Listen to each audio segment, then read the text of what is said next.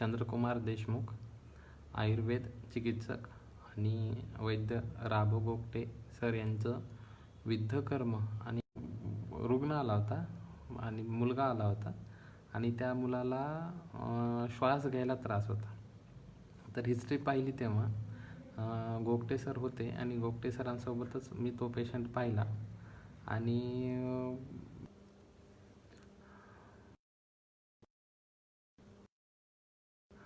हां, थोडासा रेंजचा प्रॉब्लेम झाला होता. तर अशा रुग्णाला परत एकदा पहिल्यापासून सांगतो.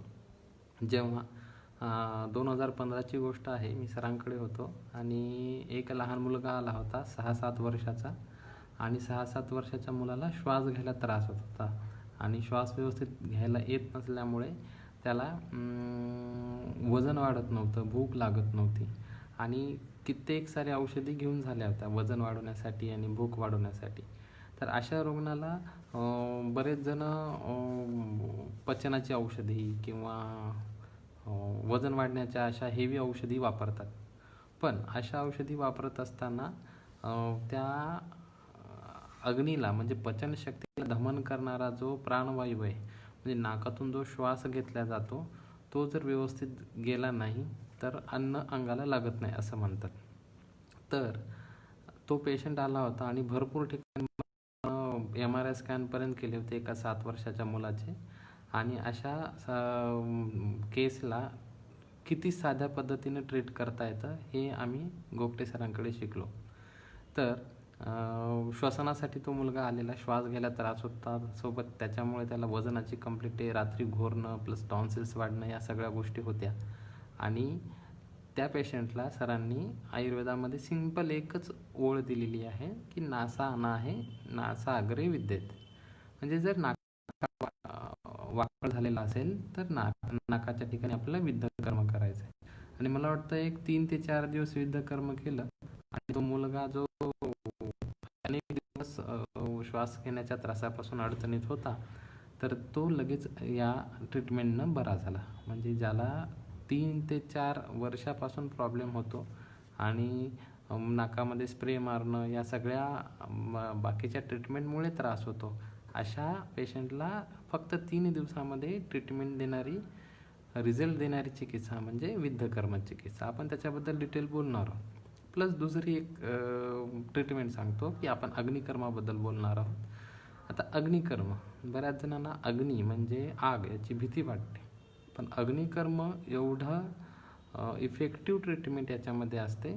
त्याच्याबद्दल एक उदाहरण देतो की काही पेशंटला असा हात वर करता येत नाही, डायबिटीज असतो, फ्रोजन शोल्डर्स असतात किंवा दुखत असतो, तर कित्येक जण पेनकिलर खातात आणि त्या पेनकिलर खाल्लेल्या असल्यामुळे की ते शरीरावर विचित्र परिणाम करू शकतात, साईड इफेक्ट भरपूर सारे असतात. तर अशा पेशंटमध्ये म्हणजे तिथे आपल्याला वेदना लगेच कमी करण्याची गरज आहे, अशा पेशंटमध्ये आपल्याला अग्निकर्माचा उपयोग होतो. तर हे विद्धकर्म, अग्निकर्म हे नवीन नाही का, माहिती नसते, नवीन हे विद्धकर्म अग्निकर्म नाही आहे. आयुर्वेदशास्त्राने खूप दिवसापूर्वीपासून वापरतात आणि मला वाटतं खेड्यामध्ये देखील जनावरांना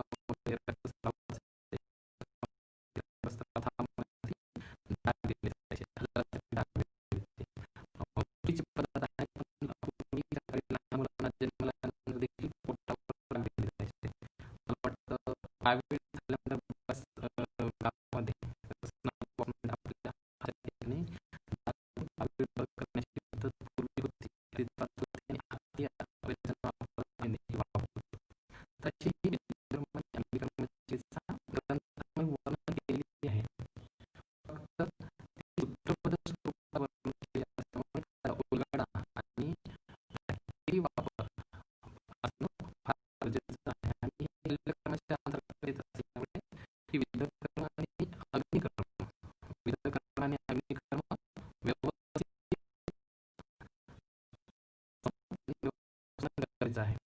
मला एक आता प्रश्न आला की आवाज येत नाहीये, सगळ्यांना येतोय का आवाज?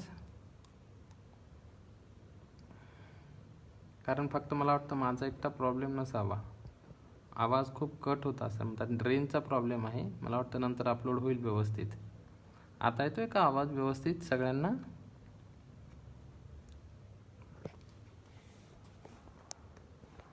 आता येतोय का आवाज? मी मोबाईल जवळ घेतलाय.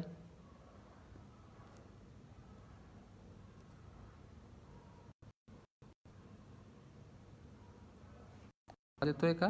हां.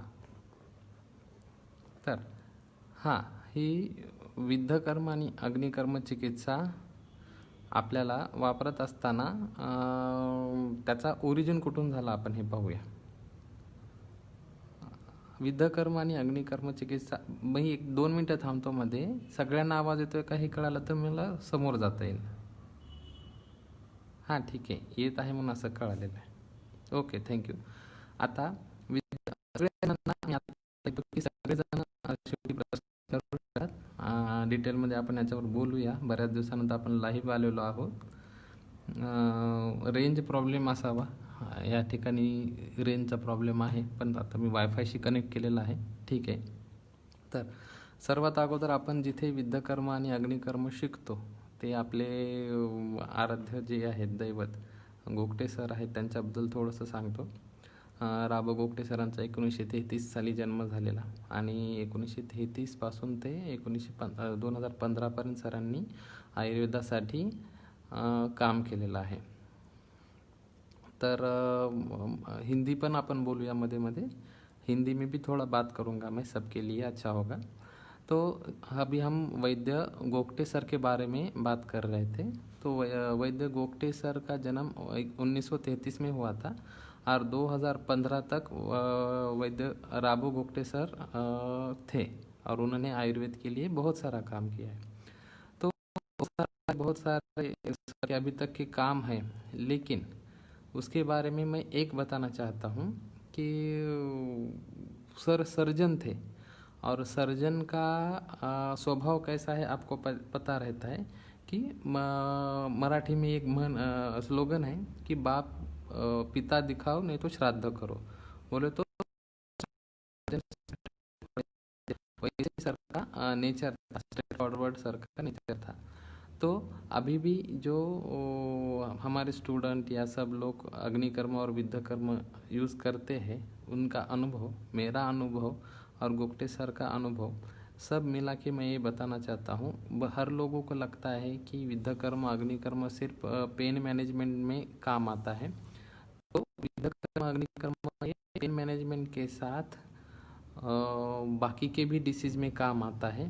तो मैं हर एक डिसीज़ की लिस्ट निकाल के बताऊंगा आपको. उसके पहले मैं गोगटे सर के बारे में बताने वाला हूँ.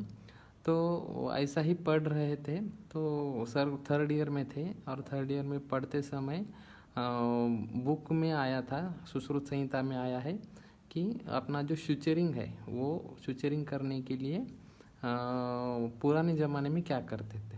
तो वहाँ तो कोई दौरा या कोई कैटकट ऐसा नहीं मिलता था. अगर कहाँ पे कट गया होगा या कहाँ पे जख्म हो गई होगी तो हमको वो ठीक करने के लिए वहाँ पे स्टिचेस लेने पड़ते थे. अभी हम ले सकते हैं, लेकिन पुराने ज़माने में ऐसा कुछ नहीं था. लेकिन आयुर्वेद में उसका वर्णन आया है कि वहाँ पे हमारे जो बड़े बड़े एंट हैं, मराठी में उनको डोंगड़े बोलते हैं. ये जो एंट है वो वहाँ पे सर ने यूज़ करने का सोचा सुचरिंग करने के लिए. तो उसके लिए सर ने जो बड़े बड़े फ्रॉग्स रहते वो फ्रॉग्स पकड़ लिए, फ्रॉग्स को कट कर लिया और उनके इंटेस्टाइन को थोड़ा सा कट कर लिया. उसके बाद में फिर से वो इंटेस्टाइन का कट किया हुआ भाग नज़दीक लाए और उसको वो जो एंट है, बड़े बड़े ब्लैक एंट रहता, वो पकड़ के वहाँ पे उसको बाइट करने को लगाया. बाइट करने के बाद उसका हेड जो है अलग कर दिया और उसके बाद में ऊपर से स्यूचरिंग कर दी. और 7 दिन बाद उसको फिर से ओपन करने के बाद देखा तो सर को ऐसा पता चला कि वहाँ पे जो कटिंग्स है, वहाँ पे जो हेड है अपने बड़े एंड्स के लगाए हुए स्यूचरिंग करने के लिए, ऐसा पकड़ने के बाद जो नज़दीक आके बैठे थे स्किन लेयर्स, तो वहाँ पे पूरा इंटेस्टाइन का लेयर आ गया था. तो ऐसी नेचुरल मेथड्स यूज़ करते थे पुराने ज़माने में हमारे आयुर्वेद चिकित्सक। कभी आपने ये भी देखा होगा कि मुझे लगता है सुश्रुत संहिता का प्रचार ज़्यादा से ज़्यादा स्किन कॉस्मेटिक सर्जरी में हुआ है मॉडर्न में। हमारे यहाँ बहुत सारे उपक्रम बता है, लेकिन मैं एक एग्जांपल देता हूँ कि एक राजा की कुछ तो भी बड़ी ये थी, हस्ती थी, औरत थी, तो उसका नाक खराब हो गया था। तो ये जो नाक है, ये नाक का पूरा ऐसा डायमेंशन लेके एग्जैक्टली उसका प्रतिमा, उल्टी प्रतिमा यहाँ पे करके यहाँ की स्किन निकाल के वो स्किन यहाँ पे लगा के उसका नाक रिपेयर किया गया है। आपको इंटरनेट पे मिल जाएगा। तो हमारे पुराने ज़माने में जो आयुर्वेद तज्ञ थे, तो वो सर्जरी भी बहुत अच्छी तरह से कर सकते थे और ट्रीटमेंट भी बहुत रेडिकल रहती थी। मैं आपको एक रेडिकल शब्द का मतलब बताने वाला हूँ कि रेडिकल बोले सो फ्रॉम द रूट। अभी भी जो भी बीमारी आ रही है, जो भी बीमारी अभी प्रेजेंट है, उसका क्या रहता है कि रहती है, रेडिकल ट्रीटमेंट नहीं रहती है। जैसे कि हम अगर बुखार हो गया, सांस लेने में तकलीफ हो गई, तो वो सिम्टम है, उसके लिए बुखार के लिए पैरासीटामोल दिया जाता है, या सांस लेने में तकलीफ हो रही तो सांस ओपन करने के लिए इंट्यूबेट किया वगैरह जाता है। लेकिन वो जो बीमारी है वो कहाँ से आई है, वो क्यों आई है, इसके लिए कुछ यूज़ नहीं किया जाता है।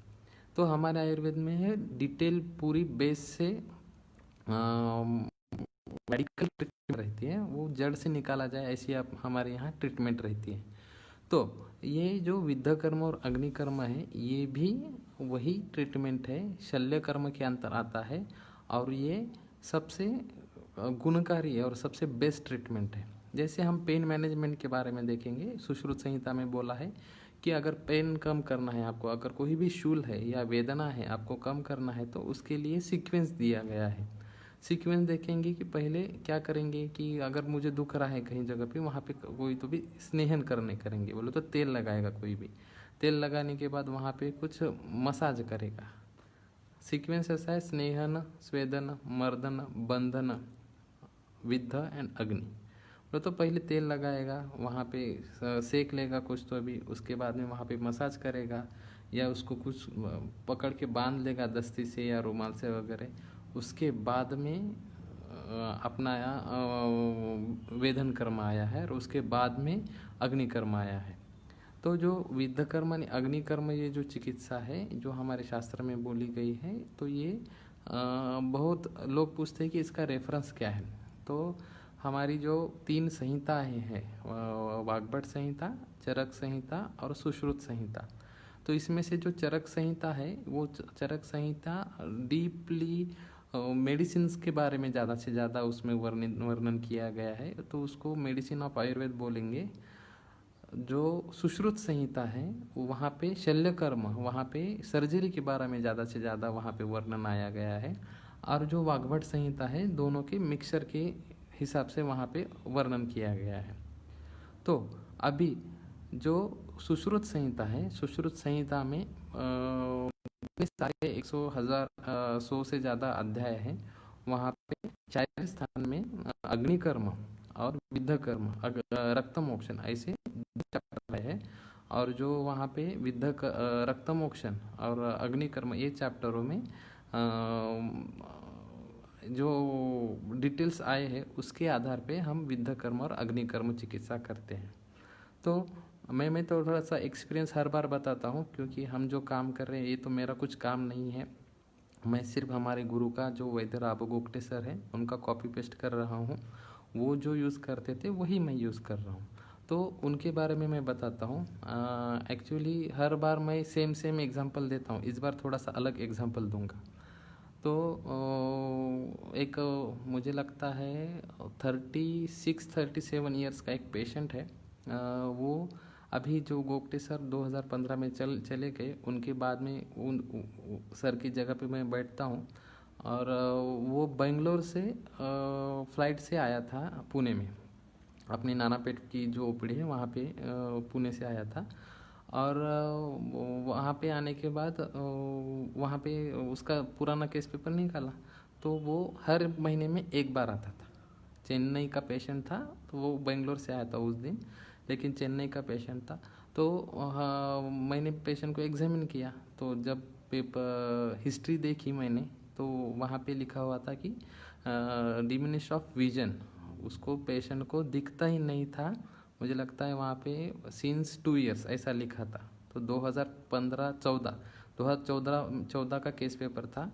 2015 में सर चले गए थे, तो 2014 का पेपर था, और 2014 में हिस्ट्री में ऐसा लिखा था कि उसको दिखाई नहीं देता है, वो अंधा है, और उसको ट्रीटमेंट करनी है। जब मेरे पास आया तो वो सब देख सकता था। तो 2014 से 2015 तक उसने सर के पास ट्रीटमेंट ली थी। तो मैंने जो हिस्ट्री निकाली थी, मुझे अभी जो याद है उसके हिसाब से मैं बताता हूँ। तो उसको डायबिटीज़ रेटिनोपैथी थी, मधुमेह की वजह से जो ब्लड शुगर लेवल हाई होती है उसकी वजह से उसका विजन लॉस हो गया था, और उसके वजह से उसको मुझे लगता है एक 1 फीट के आगे भी दिख नहीं सकता था, उसकी जब हिस्ट्री हमने ली थी। और जब मेरे पास आया था सर जाने के बाद, तो उसको पूरा दिख रहा था। लेकिन मैंने फिर पूछा उसको, कंप्लेंट क्या है आपको, तो उसने पूरी हिस्ट्री बताई। तो मैं आपको शॉर्ट में हिस्ट्री वो पेशेंट की केस बताता हूँ। तो पेशेंट को डायबिटीज़ था कई साल से, पेशेंट को अल्कोहल लेने की बहुत आदत थी, उसके साथ में नॉनवेज खाने की बहुत उसको तड़प थी। जब भी पेशेंट मुझे लगता है फ़िश और नॉनवेज खाता था और अल्कोहल पीता था, उसके बाद में मुझे लगता है एक 3 से 4 दिनों में उसकी विजन चली जाती थी, उसका शुगर लेवल बढ़ता था, और उसके बाद में उसको कुछ दिखाई नहीं देता था। शायद 1-2 मीटर तक वो देख सकेगा, उसके आगे नहीं देख सकता था। और उसको मुझे लगता है कि आँखों में इंजेक्शन, बाकी सब मॉडर्न की ट्रीटमेंट हो गई थी। वो गोगटे सर के पास आया था, और वहाँ पे सर के पास उसने शायद मौक्तिक कामदुदा, त्रिफलाग्रुत, ये 2 दवाई सर ने दी थी। और वहाँ पे भ्रूमध्य, उपनासिका, भ्रूपुच्छ और अपान सीक्वेंस बहुत इम्पोर्टेंट है, मैं बाद में सीक्वेंस के बारे में बताऊंगा। वहाँ पे सर ने विद्याकर्म किया था। मुझे लगता है 3 दिन वो अपने स्टेशन के आजू में ग्रैंड होटल में रहता था, वहाँ से विद्याकर्म करने के लिए सर के पास आता था और वहाँ से जाता था। जब मेरे पास आया था तो 2017 की बात है, शायद 16 या 17 की, याद नहीं मुझे। तो उसने वही बोला मुझे कि सर मुझे यहाँ पे यहाँ पे यहाँ पे यहाँ पे ऐसा विद्याकर्म करते थे, कुछ तो भी सुई लगाते थे, और सुई लगाने के बाद मैं पूरा महीने भर के लिए अच्छा देख सकता था। मेरा कॉन्ट्रैक्ट का जॉब था, मैं इस पूरा कर सकता था। लेकिन जब जब मैं नॉनवेज खाता हूँ या अल्कोहल मेरी पार्टियाँ होती हैं, तो उसके बाद में मुझे फिर कई दिन बाद मेरी विजन लॉस होती है। तो वो पेशेंट हर महीने को सर के पास या हमारे पास वो आता था। तो जिन पेशेंट में modern treatment, modern technology failure होती है, वहाँ पे हमारा आयुर्वेद इतना फास्ट काम करता है, ये मेरे को वहाँ पे सीखने को मिला। तो ये विद्याकर्म, अग्निकर्म, मैंने जैसे पहले बोला है, मैं एग्जांपल देता हूँ कि अब एक लॉकडाउन होने के पहले हम रोज़ में कम से कम एक 100-120 पेशेंट हर रोज़ देखते थे। उसके हिसाब से हमारा अगर 1 साल का अगर एक्सपीरियंस निकालोगे विद्याकर्मा का, तो हम कम से कम 30,000 या 40,000 बार विद्याकर्मा अग्निकर्म करते थे। तो हम 1 साल में इतना करते थे, तो गोगटे सर हमारे कितना उसमें डेप्थ में करते होंगे। मुझे इसलिए ये बताना है क्योंकि विद्याकर्म और अग्निकर्म की जो भी केसेस है, या विद्याकर्म और अग्निकर्म के बारे में जो भी रिजल्ट है, उसमें से एक भी रिजल्ट फेक या मनगढ़ंत कहानी जैसा नहीं है। क्योंकि सबको लगता है कि पेशेंट इतने साल से बीमार है या इतने साल से उसको तकलीफ है, लेकिन रिजल्ट तो उसको 1 दिन में 2 दिन में आ रहे। हमारे पास इतने सारे पेशेंट के एग्जाम्पल्स है, मैं एक लिस्ट बताता हूँ। हर एक को लगता है कि विद्याकर्म और अग्निकर्म जो है पेन मैनेजमेंट में काम करेगा, या कहीं पे वेदना हो रही है या आर्थराइटिस पे काम करेगा। नहीं, मैं आपको डिटेल लिस्ट बताता हूँ। हम ऊपर से शुरू करेंगे। बाल के बारे में, जिनको hair loss, severe hair loss है, हमारे स्टूडेंट में, हमारे यहाँ तो बहुत स्टूडेंट अभी लाइव है, उन्होंने भी देखा होगा। हमने 60 ईयर्स तक हेयर लॉस के पेशेंट को, जैसे अनुपम खेर के जैसे पेशेंट को हमने बाल ला के दिखाए हैं। आँखों के पेशेंट के लिए जिनको डायबिटिक रेटिनाइटिस है, उनको सिंगल विजन है या पेरीमेट्रिक विजन कम हो गई है, उनकी भी विजन आ सकती है। जो कॉकलियर इम्प्लांट के बच्चे हैं जिनको सुनाई कम देता है, ऐसे पेशेंट को भी ये विद्धकर्म और अग्निकर्म चिकित्सा काम में आती है। मैंने पहले ही डीएनएस के बारे में बोल दिया, नाक के जो बीमारी से उसमें भी विद्धकर्म काम में आता है। दंतशूल में, दांतों के प्रॉब्लम में देखिए विद्धकर्म अग्निकर्म हम यूज़ कर सकते हैं।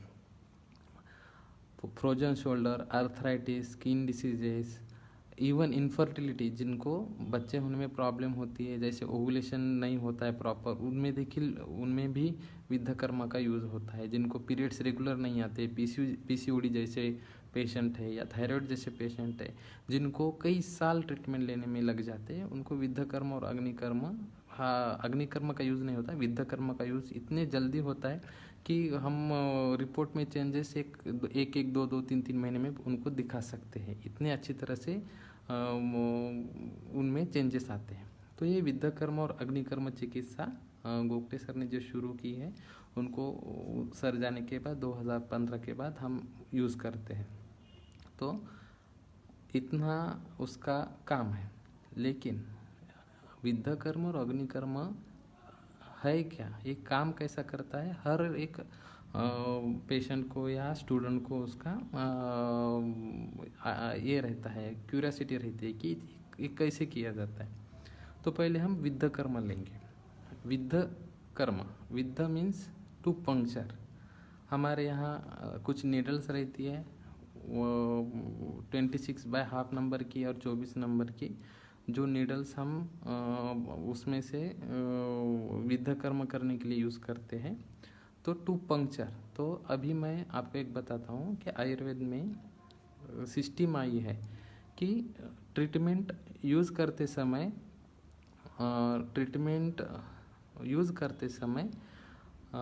दो प्रकार की ट्रीटमेंट है। अगर बीमारी थोड़ी सी है, उसको कम करने के लिए दवाई देंगे, या बीमारी बहुत बढ़ रही है, दोषों की संचिति बहुत ज़्यादा हो रही है, तो सब दोष निकाल देना है। जैसे थोड़ा सा प्रॉब्लम मोबाइल में आया तो हम रिस्टार्ट करते हैं, बहुत बड़ा प्रॉब्लम आ गया तो फॉर्मेट करते हैं। उसी हिसाब से शरीर में थोड़े से दोष बढ़ गए होंगे तो हम दवाई देके उसको शमन करते हैं, कम करते हैं। अगर बहुत सा ज़्यादा दोष बढ़ गए तो हम उसका शोधन करते हैं, उनको निकाल देते हैं। जैसा कफ बढ़ गया है तो हमको वमन देते हैं, पित्त बढ़ गया है तो उसको हम विरेचन देते हैं, अगर किसी का वात बढ़ गया है तो हम उसको बस्ती देते हैं। शिरोविकार में आँखों के शिरों के कर्ण के जो व्याधि है उसमें हम नस्य देते हैं, शिरोविरेचन बोलते हैं इसको। अब सबसे ज़्यादा रक्तमोक्षण आया है, जो ब्लड डिसऑर्डर में है, जहाँ जहाँ पे रक्त का दुष्टि होती है, वहाँ पे हम रक्तमोक्षण करते हैं। और रक्तमोक्षण करने के लिए हमको सुई की ज़रूरत लगती है। अब हमको रक्तवाहिनी दिख रही है तो हम वहाँ से उसको डाल के रक्तमोक्षण करते हैं। हमारा जो विद्धकर्म है वो इसी रक्तमोक्षण का पार्ट है। जो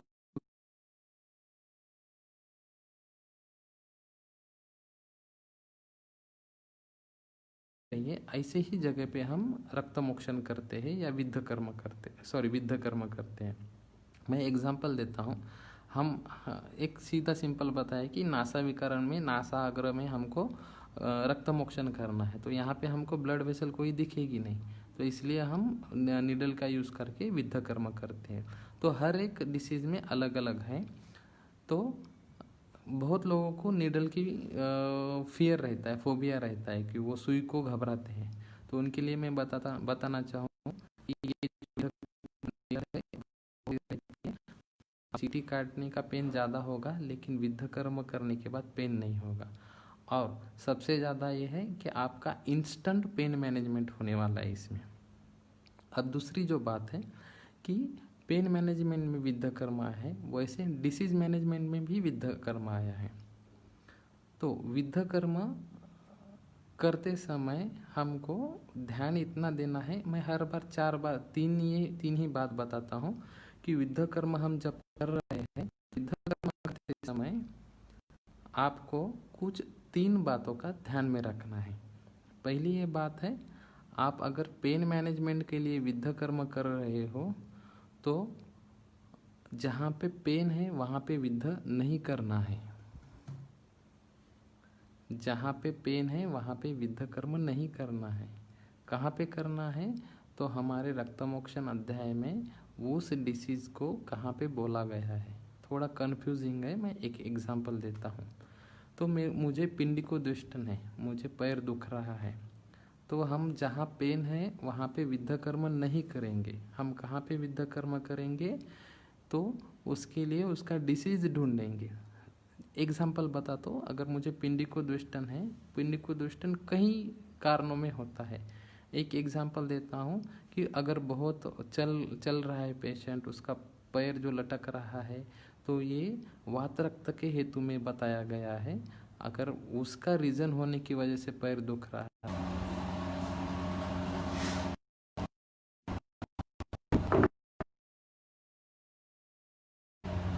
हाँ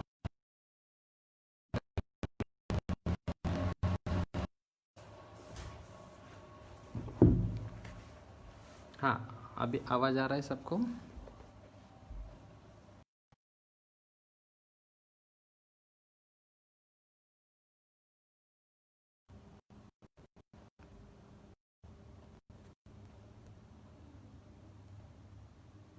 आवाज़ आ रहा है?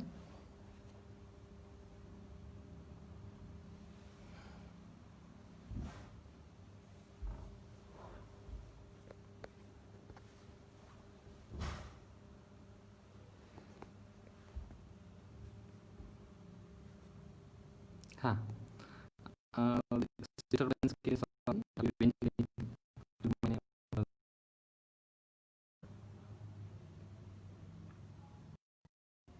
आपको मैं सुनाई दे रहा है क्या? मुझे लगता है बीच बीच में कट हो रहा है।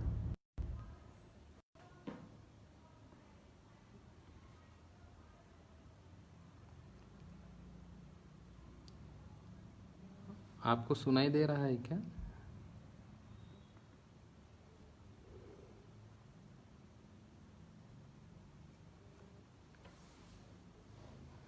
अभी आ रहा है? आवाज येतोय का?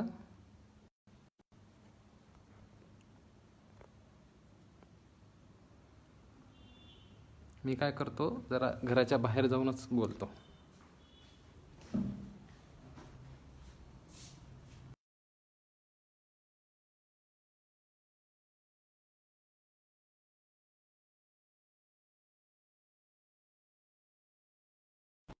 हे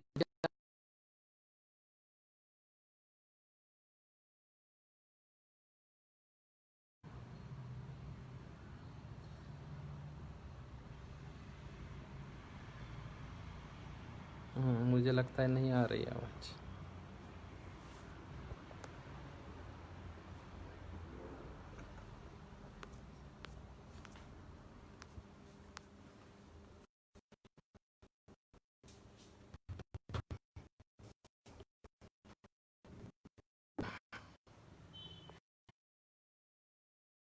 आवाज आ रही क्या सबको?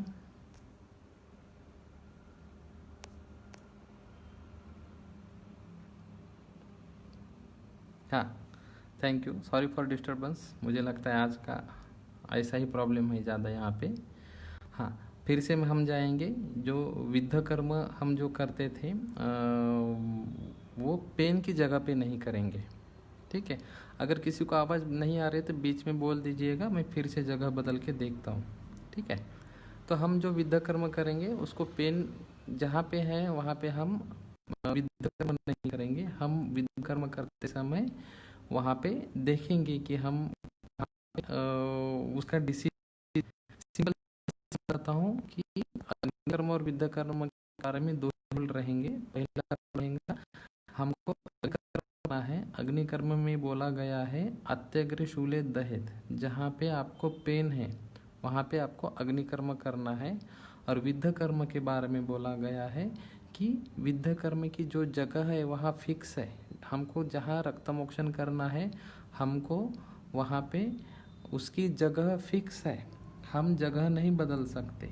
एग्जाम्पल दे रहा था मैं कि हमको पिंडिकोद्वेष्टन है, तो हम अगर वो वात रक्त हमारा डायग्नोसिस हो गया तो हमको विद्ध पिंडिका के ऊपर नहीं करना है, हमको विद्ध कर्म क्षिप्रमर्म के ऊपर 2 अंगुली हमारी जो वात रक्त की जो जगह है वहाँ पे हमको विद्ध कर्म करना है. हमारी पिंडली दुख रही है, हमारा पाँव दुख रहा है, और हमारा अगर डायग्नोसिस ग्रुद्रसी जाता है तो ग्रुद्रसी में बोला है जानुस्य ऊपरी अधो चतुरंगुली, तो जानु के ऊपर और नीचे चतुरंगुली पार्श्वतः हमको विद्ध कर्म करना है। वही अगर पेशेंट को आपको हिस्ट्री में जाता है जैसे कि मलबद्धता है या मलवेग धारण की वजह से उनको पिंडी को द्वेष्टन हो रहा है, तो हम वो पेन कम करने के लिए विद्ध कर्म का इस्तेमाल नहीं करेंगे, क्योंकि हमारा डायग्नोसिस अलग है। तो विद्ध कर्म यूज़ करते समय सबसे पहले ये ध्यान में रखना है कि हम विद्ध कर्म जिन पेशेंट पे कर रहे हैं उनकी जगह हमको पता होनी चाहिए। गोखटे सर का जो बुक है या हमारा जो सुश्रुत शारीस्थान में रक्तमोक्षण अध्याय है, वहाँ पे जो जो बोला गया है वो आपको पूरी तरह से ध्यान हो। दूसरी बात है, विद्ध कर्म और अग्नि कर्म करने के पहले आपको कंसल्ट लेनी है, क्योंकि ये शल्य कर्म में आएगा। तो हम सर्जरी करने के पूर्व कर्म में जैसे कंसेंट लेते हैं, तो अब वैसे ही आप विद्ध कर्म और अग्नि कर्म करने के पहले कंसेंट लेना चाहिए।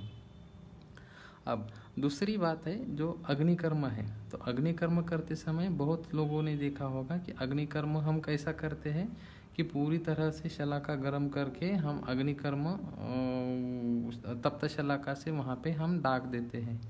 तो गोखटे सर अग्नि करते समय एक कंडक्शन टेक्निक का यूज़ करते थे। तो सुवर्ण शलाका को हम आर्टरी फोर्सेप में पकड़ के वो जहाँ पे हमको अग्नि कर्म करना है वहाँ पे वो शलाका रख के पीछे से मोमबत्ती से या दिया से या इलेक्ट्रिक इंस्ट्रूमेंट से उसको गर्म करके हीट कंडक्शन करके अग्नि कर्म करते थे।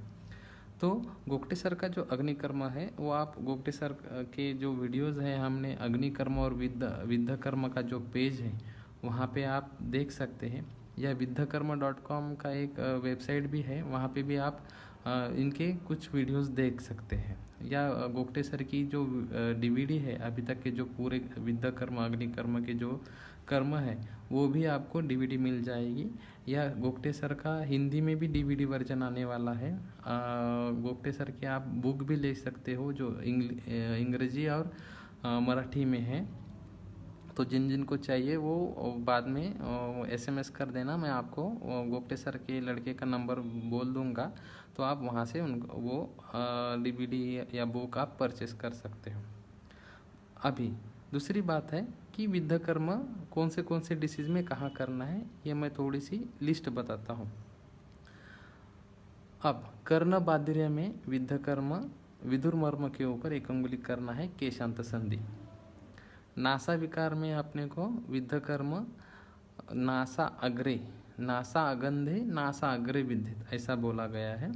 जिह्वा विकार में विद्ध कर्म हमको अधो जिह्वाम, हमारे जो टंग के नीचे जो वेन्स है उसके स्लाइटली मीडियल तो टंग ऐसा करना है। तो हम सब जिह्वा विकार में हम वहाँ पे विद्ध कर्म बोला गया है।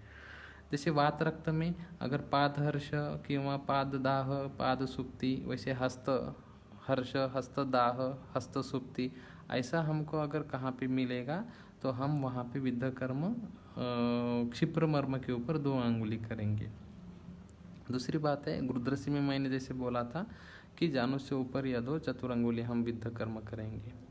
हम गंडमाला जैसे थायराइडिटिस के पेशेंट थायराइड के पेशेंट रहते उनमें भी anterior axillary line parallel to the nipple ऐसा हम वहाँ पे विद्ध कर्म करेंगे। अश्मरी के या वृद्धि के पेशेंट है उन पेशेंट में अंग विपर्ययता, जैसे राइट साइड को अश्मरी है तो हम लेफ्ट साइड के अंगुष्ठ मूल पे विद्ध कर्म करने को बोला गया है। अभी ग्रंथ में वहाँ पे तो छेदन लेके अग्निकर्म करने को बोला है, विद्ध कर्म के बाद अग्निकर्म करने के लिए बोला है। तो ऐसे पेशेंट में हम जैसे शूल का भी काम हो जाएगा और वहाँ पे संप्राप्ति भी भंग कैसे हो जाएगी मैं आपको बताता हूँ। एग्जाम्पल देता हूँ कि हमारी यूरेटर है वो 6 mm का उसका विड्थ है, अगर उसके नीचे वाला स्टोन रहेगा और वहाँ पे अगर हम पेन बहुत ज़्यादा है पेशेंट को, वहाँ पे तकलीफ़ बहुत ज़्यादा है, जैसे आपको पता है कि अश्मरी के पेशेंट में बहुत ज़्यादा पेन रहता है, तो ऐसे पेशेंट में हम अंगुष्ठ मूल में अंग विपर्यय मीन्स लेफ्ट को अगर अश्मरी है तो राइट के अंगुष्ठ मूल में राइट को अश्मरी है तो लेफ्ट साइड के अंगुष्ठमूल पे हम विद्ध कर्म करेंगे। विद्ध कर्म करने के बाद पेशेंट में टेबल से आप नीचे लोगे, इतने देर में उसका पेन कम हो जाएगा और 100% के पेन कम हो जाएगा। और 2 से 3 दिन कंटिन्यू करने के बाद में अगर वो अश्मरी 6 mm से छोटा है तो ऐसे पेशेंट में 2 से 3 दिन में भी अश्मरी निकल सकता है। तो इससे होगा क्या, हम तो अंगुष्ठमूल को हम वेधन कर्म कर रहे हैं, अश्मरी तो ऊपर यूरेटर किडनी के निकलेंगी कैसे? हाँ, ऐसा प्रश्न मुझे भी पड़ा था। तो उसका आंसर ढूंढने के बाद ये मिला है कि हम जब विद्ध कर्म करते हैं अंगुष्ठमूल को तो हमारे यूरेटर की जो पेरिस्टालसिस मूवमेंट बढ़ती है और उसकी वजह से वहाँ पे जो ऑब्स्ट्रक्ट करने वाला अश्मरी है वो निकलने में मदद होती है। तो हमारी सुश्रुत संहिता की एनाटॉमी ऐसे है। आप अगर वाग्भट किसी ने पढ़ा होगा तो उसमें भी बताया गया है कि विसुचिके में पार्श्वनी दाह करना है। तो विसुचिका बोले तो उभय अधो मार्ग से पानी निकल रहा है, पानी वाटर लॉस हो रहा है, तो पार्श्वनी दाह करके विसुचिका कैसे ठीक हो जाएगी? बहुत डिफरेंट एनाटॉमी है ना, कि पार्श्वनी दाह है और पार्श्वनी दाह करने के बाद में विसुचिका कम हो है। पार्श्वनी दाह में जो अग्निकर्म बोला गया है, तो जो पार्श्वनी दाह में जो अग्निकर्म है वो करने के बाद विसुचिका कैसे कम होती होंगी? तो हमारी एनाटॉमी इतनी डिफरेंट है, इसीलिए हम अंगुष्ठमूल जब करते हैं तो हमको यूरेटर में चेंजेस हमको दिखते हैं। अब दूसरी बात है अग्निकर्म के बारे में। तो अग्निकर्म के बारे में हम जो शलाका यूज़ करते हैं, गोगटे सर जो शलाका यूज़ करते हैं तो वो सुवर्ण शलाका यूज़ करते हैं। और जो सुवर्ण शलाका है गोगटे सर यूज़ करते हैं वो सुवर्ण शलाका 7 सेंटीमीटर लॉन्ग, 2 से 3 mm तक उसकी जाड़ी मोटाई और आगे 4 से 5 mm का गोलाकार रहता है। अगर किसी को ये शलाका देखनी है तो यूट्यूब पे भी सुवर्ण शलाका आप डाल सकते हो, वहाँ पे एक वीडियो है जिसमें सब सारा डिस्क्रिप्शन है। तो कई सारी ग्रंथ में शलाकाएँ आपको मिलेंगी, दहन उपकरण मिलेंगे, जैसे पिप्पली, अजाशकृत, गोदंत, शरशलाका, त्वगता नाम ऐसे बोला गया है। इतर लोहा मांसगता नाम, तैलगुड़ स्नेहा संधि अस्थिगता नाम ऐसे बोला गया है। तो और सबसे श्रेष्ठ में सुवर्ण शलाका बोली गई है। तो आप कौन सी भी शलाका यूज़ कर सकते हो, उससे आपको रिजल्ट मिलेगा, लेकिन सबसे श्रेष्ठ सुवर्ण शलाका है जिसका हम यूज़ कर सकते हैं। तो ये जो विद्ध कर्म और अग्निकर्म हो गया है, तो इसको डिटेल में पढ़ने के लिए गोगटे सर का जो बुक है वो भी आपको अवेलेबल है। और दूसरा है कि किसी को सीखना है तो हम अभी तक जो स्टूडेंट आके सीख के गए हैं कि सब पूरी जगह पे बोले तो पूरे महाराष्ट्र में जो जो सिटीज़ है वहाँ पे हमारे स्टूडेंट हैं। तो आप वो कौन से शहर में हैं वहाँ पे जो सीख के गए हैं, जो प्रैक्टिस कर रहे हैं, ये लॉकडाउन के बाद में आप वहाँ पे जाके देख सकते हो। उसके बाद में आप सीख सकते हो कि विद्ध कर्म और अग्निकर्म कैसा है। दूसरी बात ये है कि विद्ध कर्म अग्निकर्म करते समय एक ध्यान में रखना है कि आपको पूरी तरह से अवगत न हो जाए तब तक आप ना करें, क्योंकि विद्ध कर्म करते समय उसकी जो पोजीशन है या उसकी जो टेक्निक है वो हमारे बुक में बताई गई है, उसको एक बार देखने के बाद ही करना है। जैसे हम अपेंडिक्स का ऑपरेशन यूट्यूब पे पढ़ के या सुन के या बुक में पढ़ के नहीं कर सकते। हमको अपेंडिक्स ऑपरेशन करना है तो हमको सीखना पड़ेगा, असिस्ट करना पड़ेगा। उसके बाद में तज्ञ के मार्गदर्शन के सामने उनके सामने हमको एक बार करना पड़ेगा तो ही कॉन्फिडेंस आएगा। नहीं तो क्या होगा कि उसको वो शास्त्र को उतना रिजल्ट आपको नहीं दे पाएगा वो जो शास्त्र है। इसलिए अगर आपको विद्ध कर्म और अग्निकर्म किसी को सीखना है तो आपके शहर में हमारे बहुत सारे स्टूडेंट रहेंगे, महाराष्ट्र में तो हर एक शहर में स्टूडेंट है, तो उनके पास जाके भी सीख सकते हो, या लॉकडाउन के बाद जब भी आपको टाइम मिलेगा पुणे में आके या नांदेड़ में भी आप सीख सकते हो। इतना ये विद्ध कर्म और अग्नि कर्म है। किसी को कुछ क्वेश्चन है तो आप पूछ सकते हो, क्योंकि आज या कोई इसमें ही जा रहा है।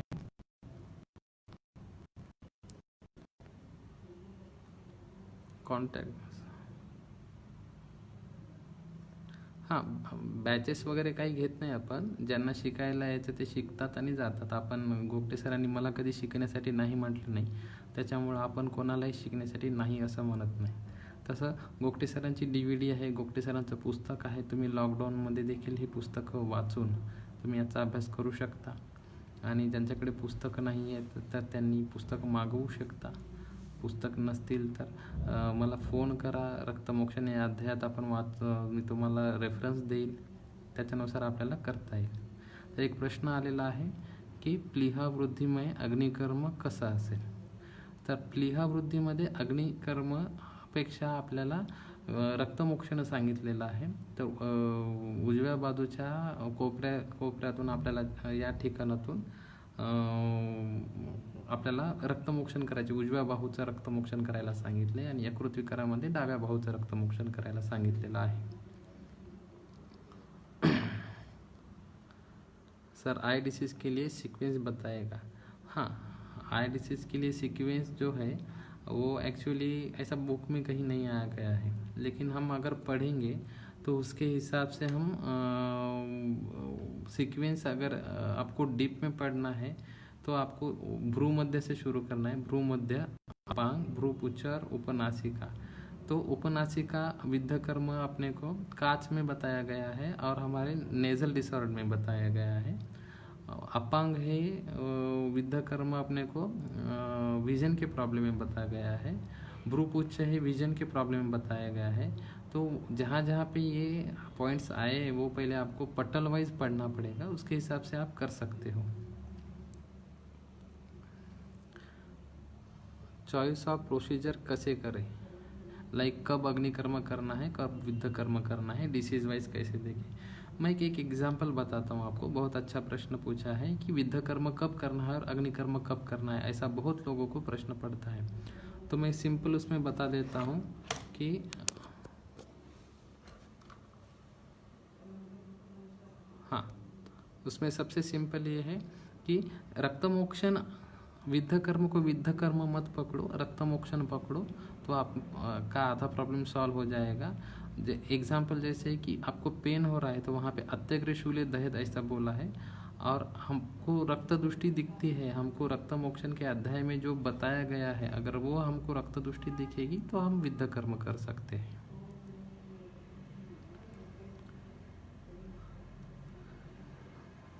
Sir please guide me of tennis elbow point for विद्ध कर्म एंड अग्निकर्म. टेनिस एल्बो में आपको क्या देखना है कि अग्निकर्म जहाँ पे अत्यग्र शूलेद है, जहाँ पे टेंडर पॉइंट ज़्यादा है आप कर सकते हो. और दूसरा, अगर वो पेन आपको विश्वाची में डाल सकते हो जैसे आयुर्वेद ग्रंथ में बताया है. मैंने आपको बताया है कि विद्ध कर्म करते समय एक ही ध्यान रखना है, हमारा जो पेशेंट की कंप्लेंट है हमारे कौन से डिसीज़ के अंतर आते हैं तो वो डिसीज़ आपको देखना है. तो टेनिस एल्बो के लक्षण जो हमारे विश्वाची जैसे विकारों में आते हैं तो अपना जो एल्बो जॉइंट के ऊपर 4 अंगुली और नीचे 4 अंगुली हम विद्ध कर्म कर सकते हैं. और हमारी अत्यग्र शूले दहेद जहाँ पे ज़्यादा टेंडरनेस या पेनफुल पॉइंट है वहाँ पे हम सूर्ण शलाका से अग्निकर्म कर सकते हैं.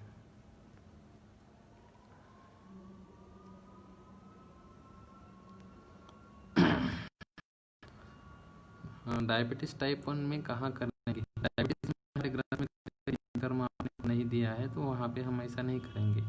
इरेक्टाइल डिस्फंक्शन में कहाँ पे विद्ध करना है तो हमारे सगळे मेहन शूल में, मेहन विकार में हमको पेनिस के डॉर्सल साइड को हमको विद्ध कर्म के पॉइंट आए हैं, वहाँ पे हमको डॉर्सल साइड पे जो फ्रेम पे ऊपर आपको विद्ध करना है.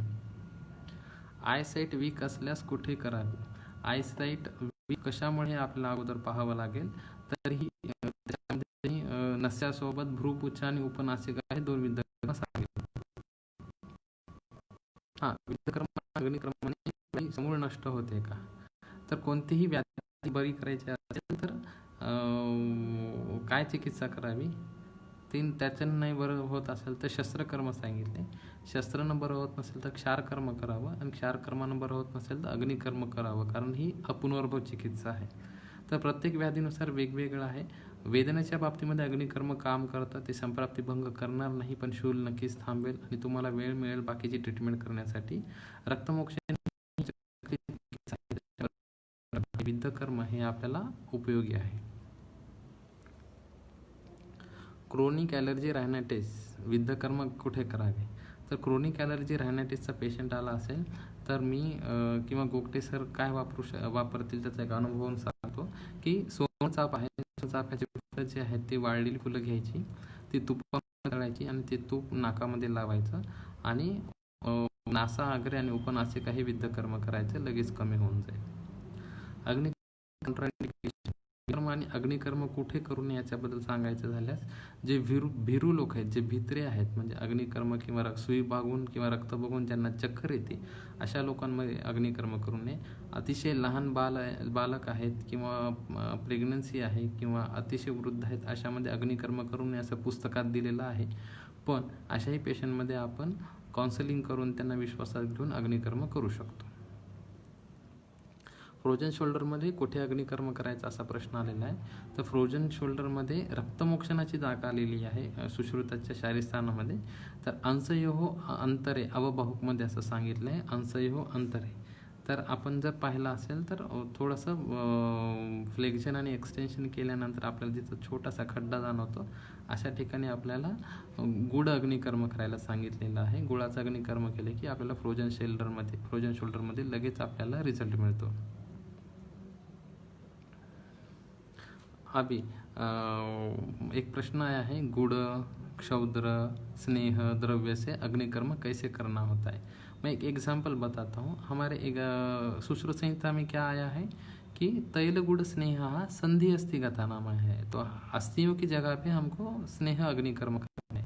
मैं एक एग्जाम्पल देता हूँ कि दंतशूल हो रहा है, हमारा दंत है अस्थि का प्रकार है, तो दंतशूल हो रहा है तो हम पेशेंट को लिटाते हैं, उसके ऊपर हम मोम रखते हैं, मधुमक्खी का जो मोम है, और सुवर्ण शलाका से वो मोम को गर्म करते हैं. तो उससे क्या होगा, सुवर्ण शला की हीट से वो मोम पिघल जाएगा और मोम पिघल के वहाँ पे उसके जो कृमि है, दंत कृमि है, वो उसको नष्ट करेगा, वहाँ पे दाह बैठेगा. ये हो गया अस्थियों के ऊपर स्नेह अग्निकर्म.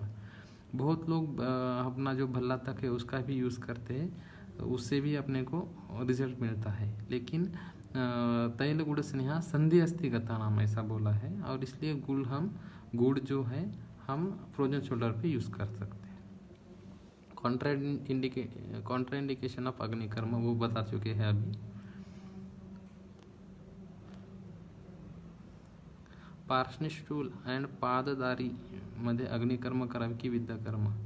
पार्श्वशूल क्वेश्चन आया है, हिंदी में बताता हूँ मैं. पार्श्वशूल है और पाददारी है, वहाँ पे अग्निकर्म करना है या विद्याकर्म करना है. तो मैं बताता हूँ, पाददारी जो है हमारा, उसमें हम वात रक्त जैसे चिकित्सा करेंगे, क्षिप्र के ऊपर 2 अंगुली हम विद्याकर्म करेंगे. और पार्श्वशूल है, वहाँ पे अगर कैल्केनियस स्पर आपको लग रहा है तो हम मृत्तिका शलाका से वहाँ पे अग्निकर्म करेंगे. और आपको रक्त दृष्टि बहुत लग रही है तो रमेश राजगुरु सर का जो रक्तमोक्षण की कपिंग जैसी हमारी ट्रीटमेंट है वो भी हम वहाँ पे कर सकते हैं. व्हेरिकोसिटीमध्ये काय इंडिकेटेड आहे, व्हेरिकोसिटीमध्ये ब्लड लेटिन्स डायरेक्ट रक्तमोक्षण करावे, त्याच्यानंच फायदा होतो. व्हेरिकोज व्हेन्सला जळू लावू नये. व्हेरिकोज व्हेन्समधून डायरेक्ट रक्तमोक्षण करावं, त्याच्यानंच फायदा होतो जास्तीत जास्त. कटिबस्ती और जानुबस्ती इज अ टाइप ऑफ अग्निकर्म. ते अग्निकर्माचे टाईप म्हणण्यापेक्षा ते आपले उपपंचकर्म म्हणूया, कारण त्या ठिकाणी दाह चटका बसत नाही, ते स्वेदनाच्या प्रकारामध्ये जातं, अवगाह स्वेदमध्ये जातं. मिनिमम किती सेटिंग्स करायला पाहिजे, तर आम्ही करत असताना 3 सेटिंग कंटिन्यू करतो, त्याच्यानंतर फॉलोअपला बोलवतो.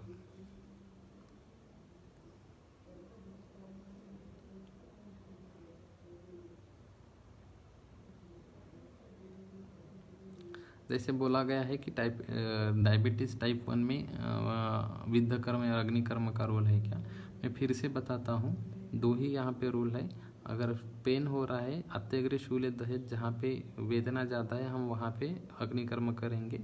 और रक्तमोक्षण जहाँ पे डिसीज़ में बोला गया है ऐसा हमको अगर डिसीज़ मिलेगा तो हम वहाँ पे रक्तमोक्षण या विद्ध कर्म करेंगे।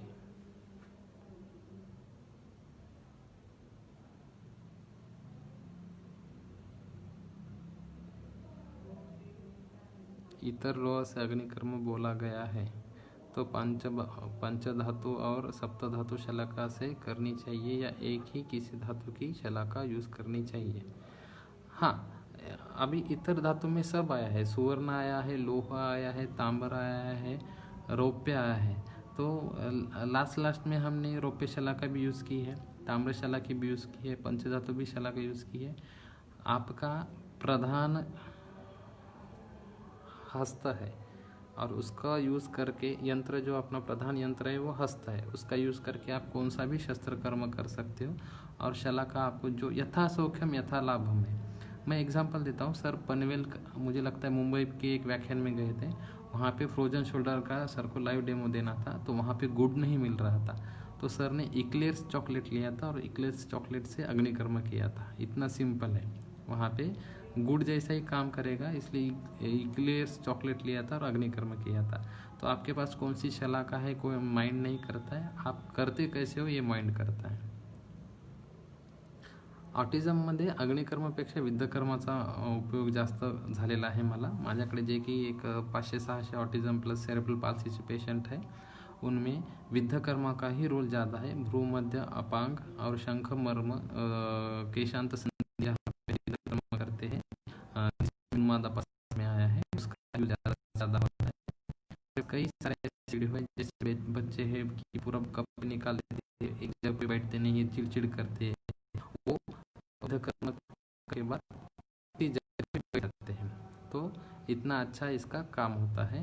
तो उसका डिफ्रेंशिएशन हम धीरे धीरे कर रहे हैं। मुझे लगता है मेरे 400-500 ऑटिज़म के पेशेंट में से अभी तक एक 8 से 9 पेशेंट को स्पेशल स्कूल से नॉर्मल स्कूल तक जाएंगे, इतनी अच्छी तरह से हम ट्रीटमेंट ये 2 साल में कर पाए हैं।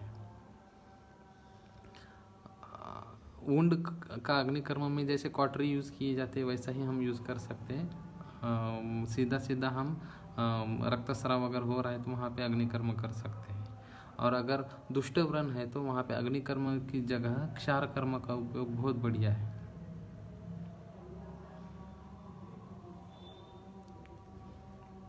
प्लीहा यकृत वृद्धि में हम रक्तमोक्षण बोला गया है, वहाँ पे विद्ध कर्म का यूज़ नहीं है, सीधा हम रक्तमोक्षण यूज़ कर सकते हैं।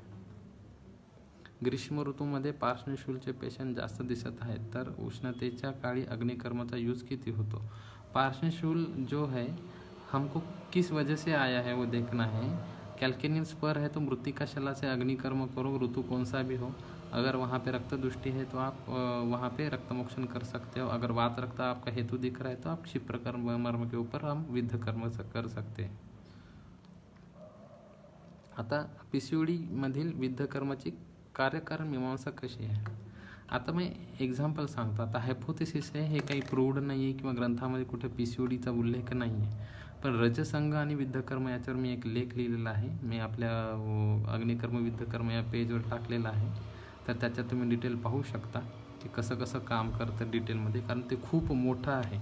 एग्जाम्पल थोड़क्यात सांगायचं झालं म्हणजे आताच एक एग्जाम्पल दिला, अभी मैंने एग्जाम्पल दिया है कि पार्शनी को हम दाह करेंगे तो हमको विसुचिका ठीक हो जाती है, जो हमारा डिसेंट्री का जो डिसऑर्डर है वो ठीक हो जाएगा नीचे करने के बाद।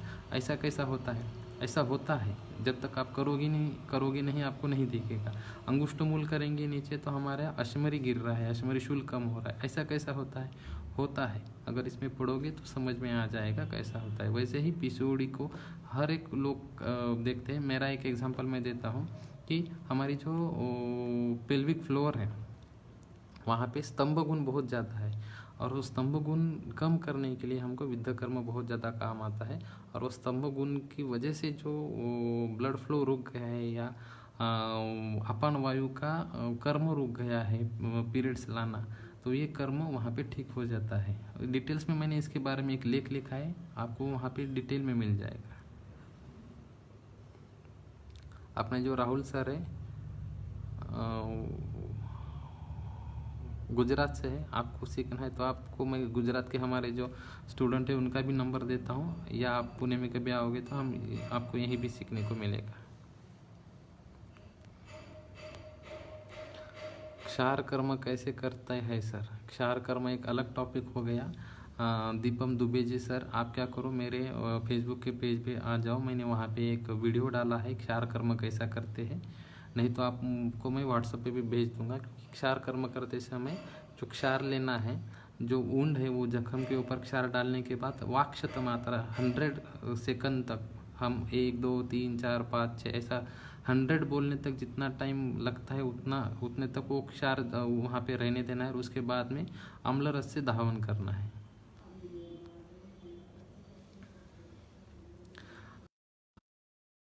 ऐकू येत नाही व बोलता देखील येत नाही, त्यामध्ये काय करू शकतो असा प्रश्न आहे। तर यांना कॉक्लिअर इम्प्लांट सांगितलेलं असतं आणि ऐकू येत नसल्यामुळे भाषा कळत नाही आणि बोलता येत नाही, अशा पेशंटला माझ्या अनुभवानुसार विदुर्मर्माच्या वर 1 अंगुली आणि कर्णपाली समंतात केशांत संधी जे आपले विद्धकर्म आले आहेत कानांचे, ते सतत केल्यानंतर एक 3 ते 4 महिन्यानंतर त्यांना औषधींच्या सोबत आपल्याला ट्रीटमेंट जर आपण केली तर त्याचा उपयोग होतो। त्याच्यामध्ये सारीवादी वटीचा चांगला उपयोग होतो, वसंत कुसुमाकर रस देखील वापरलेला आहे। एक दातपाड़ी वनस्पति है, त्याचं दातपाड़ी जो प्लांट है जो सिंहगढ़ पे मिलती है, उसका अगर ऑयल हम बना के कान में डालेंगे तो उसका भी बहुत अच्छी तरह से यूज़ होता है। बहुत सारे पेशेंट है, लेकिन हर एक पेशेंट को अलग अलग तरीके से ठीक करना पड़ता है। ठीक है, थैंक यू।